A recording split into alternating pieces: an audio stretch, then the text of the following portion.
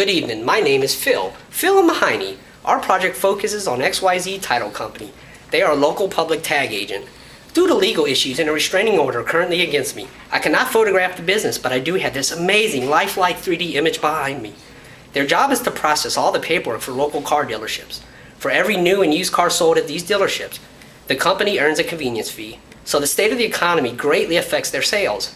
Lately, the economic recession has really hurt XYZ. Sales this year are more than 30% lower compared to the last few years. Management currently has no way of forecasting sales except for the naive method.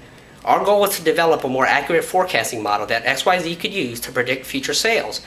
So we hired a few different forecasters. The first forecaster we hired was Hoosier, Mr. Hoosier Daddy. This is Hoosier Daddy. A moving average forecast is very easy to do, Mr. Feel My Hiney. Moving averages are very useful if we can assume that market demands will stay fairly steady over time. When a detectable trend or pattern is present, weights can be used to place more emphasis on recent values.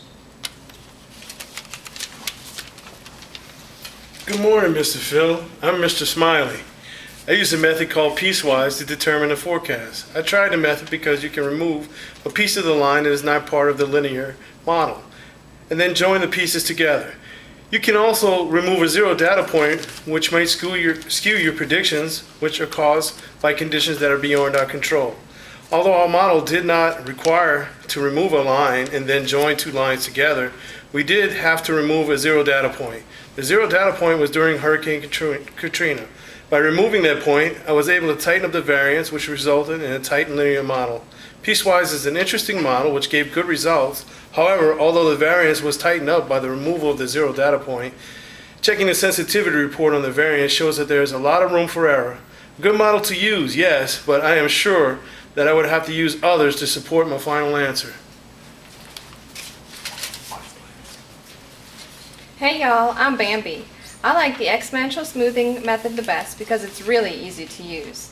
It uses alpha as a smoothing constant, and I got the best results with an alpha of 0.5. Alright, I have to go back to work at Hooters. That Miss Bammy, what a hooch.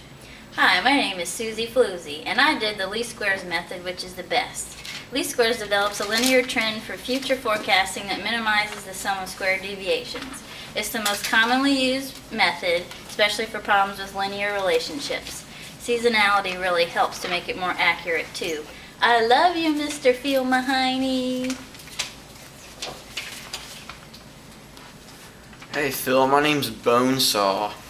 The accuracy of any forecasting model, whether it's piecewise, least squares, or exponential smoothing, can be determined by assessing the differences between the actual and observed values.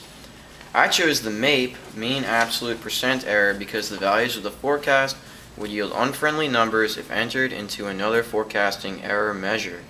So, Mr. Phil Mahoney, when I calculated the MAPEs, I discovered that the best forecasting method with the lowest MAPE value was the least squares model. Obviously, we are definitely going with Susie Floozy. She knows her stuff, and her model works very well also.